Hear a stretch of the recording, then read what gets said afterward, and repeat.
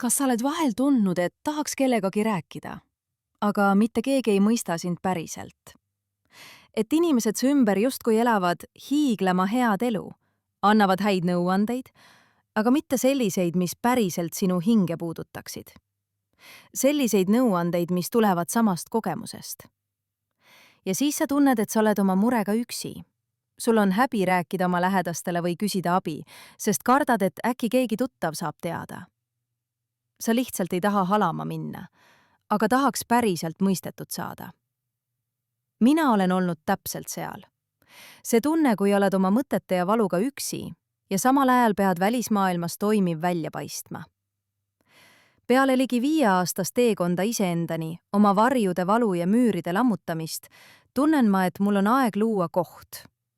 Koht, kus inimesed saavad olla päriselt nemad ise, ilma maskita, ilma filtrita, ilma hirmuta, et keegi sind hukka mõistab. See on ruum, kus mõlemad pooled saavad jääda anonüümseks. Sa ei pea ütlema, kes sa oled, mina ei pea teadma sinu nime.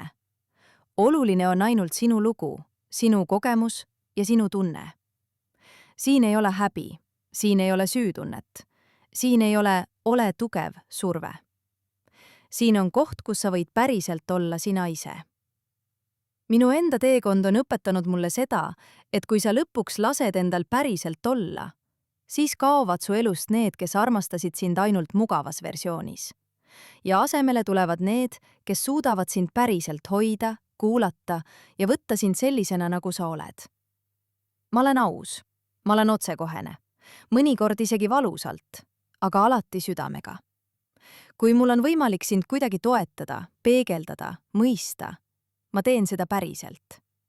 Sest ma tean, mis tunne on üksi olla.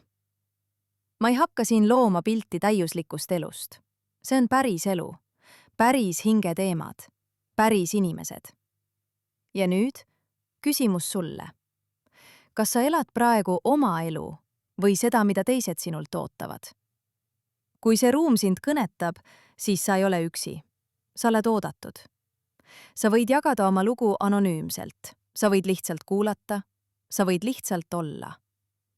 Tere tulemast ruumi varjudest valgusesse. Me liigume siin tasapisi. Koos.